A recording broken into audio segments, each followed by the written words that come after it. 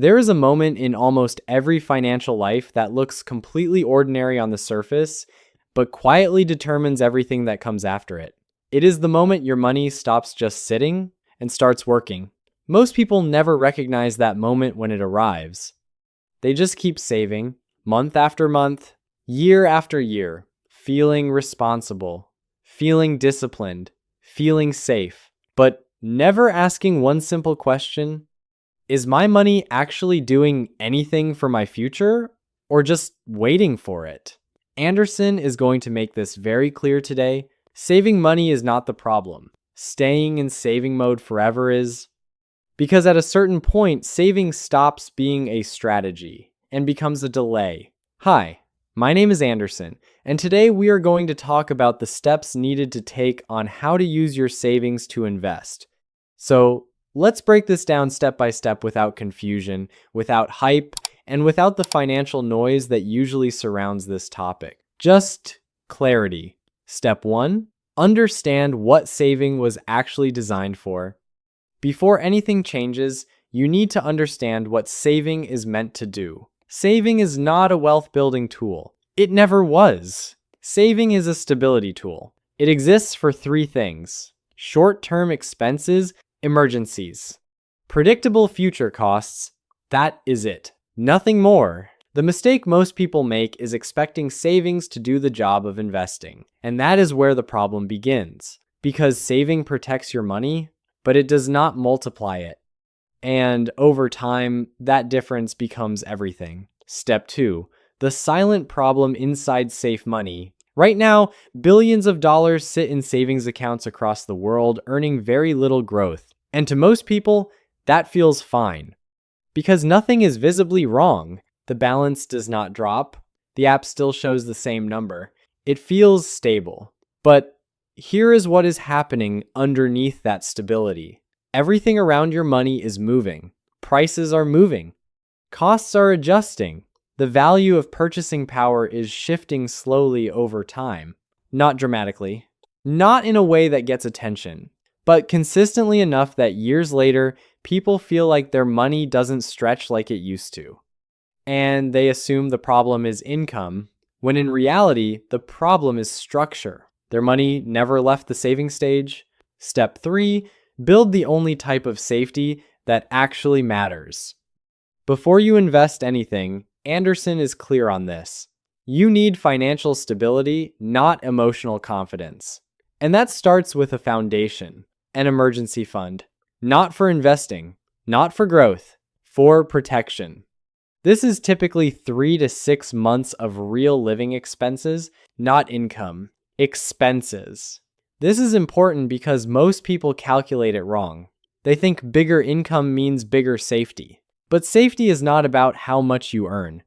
It is about how long you can survive without stress if life interrupts your income, because life will interrupt income at some point, and when it does, your financial system should not collapse. That is what this step is for. Without this foundation, investing becomes emotional. And emotional investing leads to bad decisions. So the first real step from saving to investing is not investing at all. It is building calm underneath your financial life. Step 4, separate money by purpose. Once your foundation is in place, something very important must happen. You must stop treating all money the same. Because money is not one category. It has different jobs. Anderson breaks it into 2 simple groups. 1. Protection money. This stays in savings. Emergency fund. Short-term needs. 2. Growth money. This is money you will not need in the near future. Most people mix these 2, and that is why they stay stuck. Because if everything is treated as may need it soon, then nothing ever gets invested. So the transition begins here. Not by investing immediately, but by deciding what money no longer belongs in short-term storage. That decision alone changes everything. Step 5, accept the first emotional shift. This is where most people hesitate. Because saving feels calm, investing feels uncertain. Even when they understand the logic, their emotions resist the change. Saving gives immediate reassurance. Investing introduces movement, and movement feels like a risk. But Anderson reframes it differently. Risk is not movement. Risk is not volatility. Risk is letting time pass while your money does nothing meaningful. That is the part most people never feel at the moment, but experience years later, when they realize their effort was consistent, but their results were not. Step 6. Start with simplicity, not complexity. One of the biggest mistakes people make is believing investing must be complicated. It does not. In fact, complexity is one of the main reasons people never start. They overthink strategies. They chase predictions. They get lost in opinions and end up doing nothing. Anderson's principle is simple. If you cannot explain your investment strategy in one sentence, it is probably too complicated for where you are right now. The goal is not to outsmart the market. The goal is to participate in it consistently through simple, structured systems designed for long-term growth, not short-term guessing. Step 7. Consistency over timing. At this stage, one truth becomes critical. Timing the market is not the goal. Time in the market is because no one knows the perfect moment to start. And waiting for it usually means missing years of compounding. So the approach becomes regular contributions, fixed schedule, no emotional adjustment based on headlines. When the market rises, you continue. When it falls, you continue. Not because you are ignoring reality, but because you are building consistency that does not depend on emotion. This is where most long-term wealth is actually created, not in single decisions, but in repeated actions. Step 8. Let compounding do what it does best. Compounding is not immediate. That is why most people underestimate it. At first, it felt slow, almost insignificant. But over time, something changes.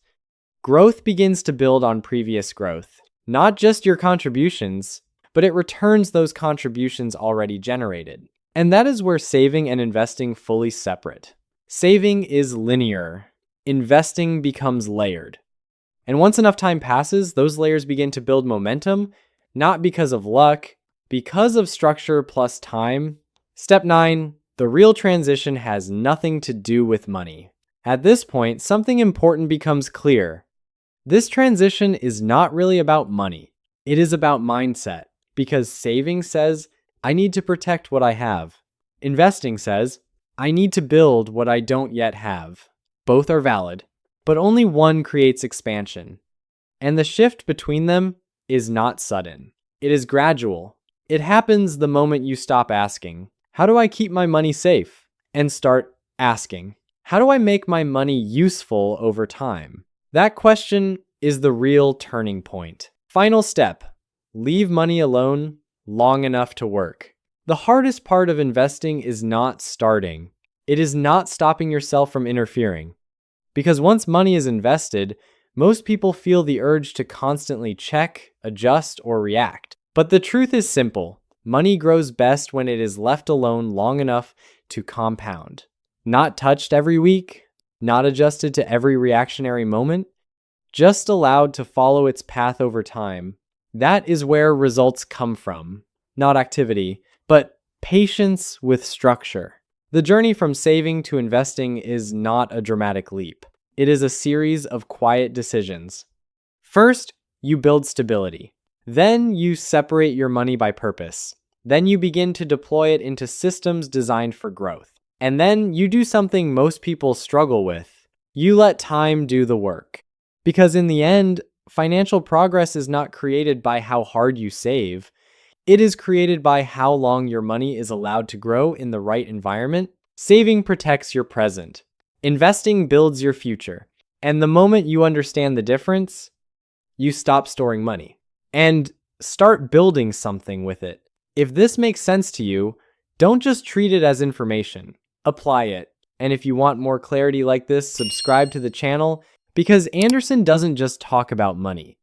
He breaks down the system most people were never taught to see. Thanks for watching. I'll see you in the next video.